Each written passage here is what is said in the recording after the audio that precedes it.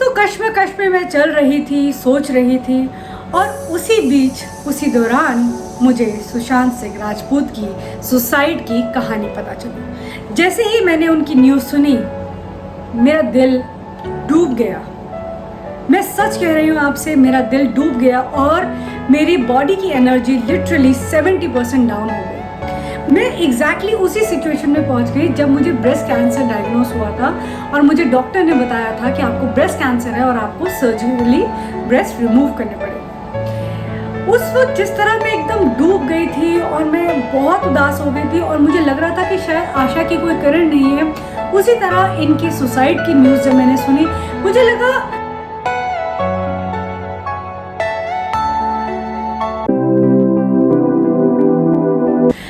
दोस्तों, welcome to my channel once again. मैं आपकी दोस्त, आपकी होस्ट लेस्रीना, आपका अपने चैनल पे तहे दिल से स्वागत करती हूँ। दोस्तों, मैं पिछले एक हफ्ते में आपको एक भी वीडियो नहीं दे पाई। मेरे यहाँ इलेक्ट्रिसिटी का बहुत मेजर फॉल्ट हुआ था। लैपटॉप में, फ़ोन्स में बैटरी बहुत कम थी, इंटरनेट चल नहीं रहा था, तो मैं कुछ भी नहीं कर पा रही थी। काफ़ी हैंडीकैप फील कर रही थी मैं उस वक्त। सो दोस्तों, I am really sorry. I hope you were missing मी। तो दोस्तों, इन दिनों जब ये 3-4 दिन से मेरे यहाँ नेटवर्क का प्रॉब्लम था, इलेक्ट्रिसिटी नहीं थी, तो मेरे जहन में एक ख्याल आया था। मुझे ऐसे लगा कि क्या एक्चुअली में लोगों को मेरे वीडियोस की ज़रूरत है, क्या मुझे एक्चुअली में उन्हें बताना चाहिए कि मैंने पैरालिसिस से कैसे लड़ा, ब्रेस्ट कैंसर से कैसे लड़ा, इनफैक्ट मैंने ज़िंदगी से कैसे लड़ा और मैं आज आपके सामने कैसे खड़ी हूँ, कैसे आज मैं आप लोगों के सामने मुस्कुराती हूँ, कैसे मेरे चेहरे पे सिर्फ मुस्कुराहट होती है, कैसे मेरे आँखों में आंसू नहीं है। ये सारी चीज़ें मेरे दिल में और मेरे जहन में चल रही थी। कुछ लोगों से भी मैंने पूछा कि क्या एक्चुअली में लोगों को मेरे वीडियोस की ज़रूरत है, क्या एक्चुअली में मुझे उन्हें बताना चाहिए अपने बारे में।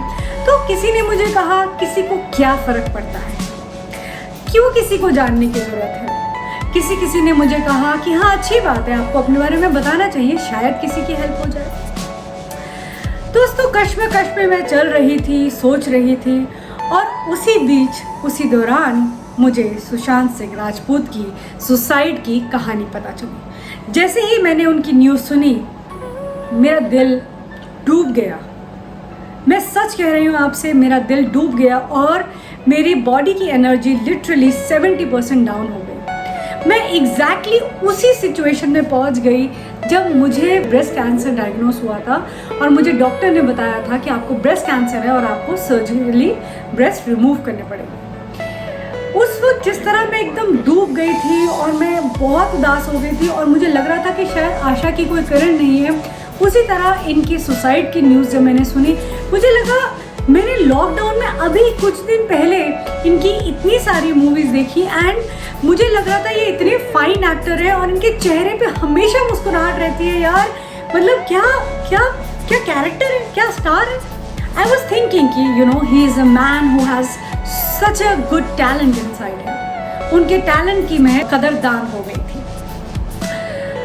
दोस्तों, जब मैंने एक न्यूज़ सुनी उनके सुसाइड के बारे में, जब मुझे पता चला कि वो पिछले 6 महीने से एक्चुअली में डिप्रेशन का ट्रीटमेंट करा रहे थे, तो दोस्तों मुझे लगा कि नहीं, मुझे एक बार फिर आप लोगों तक अपनी आवाज़ पहुंचानी है। आप सब्सक्राइब करें या ना करें, मेरा मोटिव यहाँ पर फेमस होना या फिर बहुत बड़ा कुछ बन जाना नहीं है। यहाँ पे मेरी सोच सिर्फ ये है कि अगर मैं अपनी ज़िंदगी की कहानी या लोगों की ज़िंदगी की कहानी अगर आपको बताकर एक्चुअली मैं आपकी मदद कर सकूं और अगर मैं किसी की भी ज़िंदगी बचा सकूं। बहुत सी ऐसी लेडीज़ हैं जो अपने परिवार में, अपने घर में डिप्रेशन की शिकार हैं। बहुत से ऐसे आदमी हैं, ऐसे फादर्स हैं, ऐसे लड़के हैं, ऐसे लड़कियां हैं, ऐसे आदमी हैं जो एक्चुअली में अपना पूरा फैमिली चला रहे हैं, मुस्कुराते रहते हैं और अंदर उनके बहुत बड़ा मेंटल डिप्रेशन है। बहुत से ऐसे बच्चे हैं जो एक्चुअली में करना कुछ और चाहते हैं मगर माँ बाप के दबाव में आकर वो अपनी ज़िंदगी को लीड कर रहे हैं, पढ़ने की कोशिश कर रहे हैं, मार्क्स लाने की कोशिश कर रहे हैं और डिप्रेशन में सुसाइड कर लेते हैं। ऐसा मौका मेरी ज़िंदगी में भी आया था।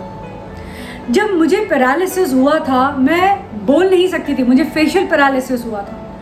मैं सिर्फ 27 ईयर्स की थी, 27 साल की। एक साइड चलती नहीं थी, मुंह से मैं बोल नहीं सकती थी, आंख मेरी नीचे डूब चुकी थी, फेस मेरा डूब, आप देखेंगे मेरे हल्का सा ना पता चलता है, हल्का सा मेरे लिप्स भी गिर गए थे, मेरी टंग नहीं चलती थी, मैं बोल नहीं सकती थी। बड़ी परेशान थी मैं उस पल में। जैसे ही मेरे को पैरालिसिस का अटैक हुआ था, उस वक्त दोपहर के 2:30 बज रहे थे, थोड़ी देर में ही मैं बोलना मेरा रुक गया, मैं बोल नहीं पाई। तो दोस्तों, ऐसे पल मेरी जिंदगी में भी थे जब मुझे एक्चुअली में सुसाइडल थॉट आए थे। सुसाइड बिल्कुल करने से कुछ देर पहले मेरे मन में एक ख्याल आया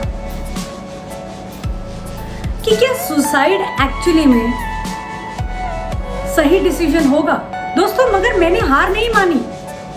मैं अपने लाइफ में डिसीजन ले चुकी थी कि मैंने जीना है, मैंने मरना नहीं है। मैंने ये नहीं सोचा कि मैं सुसाइड कर लूं, मैंने ये सोचा कि अब मुझे जीना है, मुझे जिंदा होना है, मुझे नॉर्मल होना है, मुझे पहले से भी ज़्यादा बेहतर होना है और एक्चुअली में अब ज़िंदगी को जीना है, क्योंकि हर किसी का असली चेहरा अब मेरे सामने है। दोस्तों, सुसाइड करना किसी भी चीज़ का सॉल्यूशन नहीं होता। मैं जानती हूँ परिस्थितियाँ बहुत ख़राब होती हैं, बहुत बार शायद हमारे माँ बाप हमारे साथ होते हैं, शायद हमारे भाई बहन होते हैं, शायद कुछ दोस्त होते हैं, और कभी कभी हमारे साथ कोई भी नहीं होता।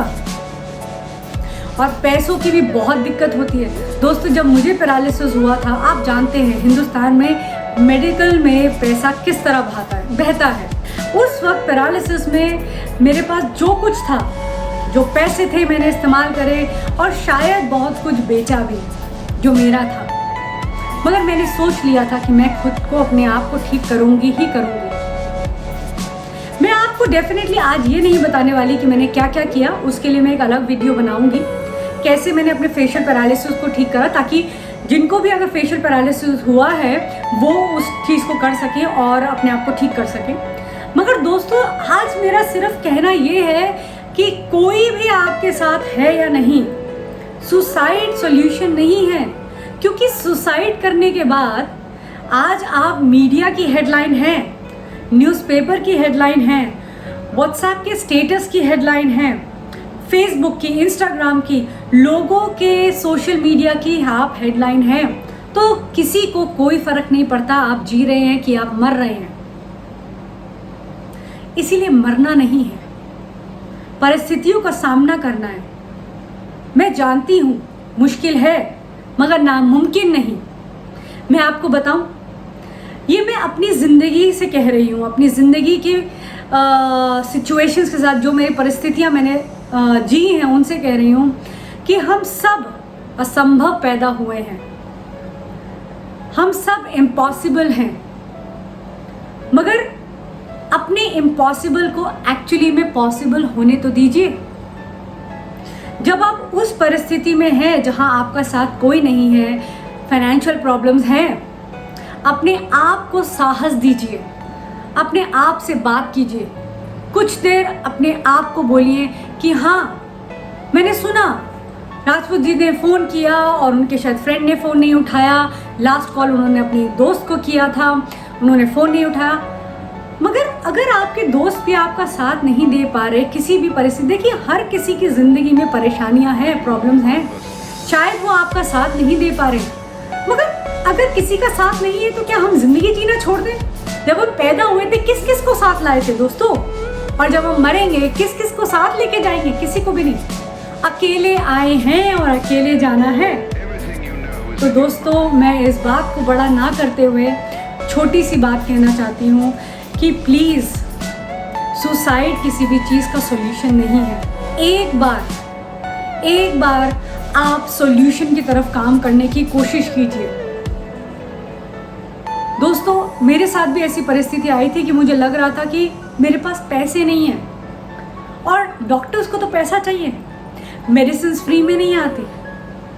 मैंने किसी के सामने हाथ नहीं फैलाए, मैंने बेग नहीं करा, मैंने कोई ऐसा काम नहीं करा कि मुझे आसानी से कहीं से कोई पैसा मिल जाए। मगर हाँ, जो कुछ मेरे पास था मैंने दांव पे लगा दिया। मैं नहीं जानती कि मेरे इस वीडियो से कितनों की ज़िंदगी पे क्या असर होने वाला है, या मैं एक्चुअली में इस वीडियो को बनाकर किसी को कुछ समझा पा रही हूँ कि नहीं समझा पा रही। पर दोस्तों मेरा दिल बहुत उदास है।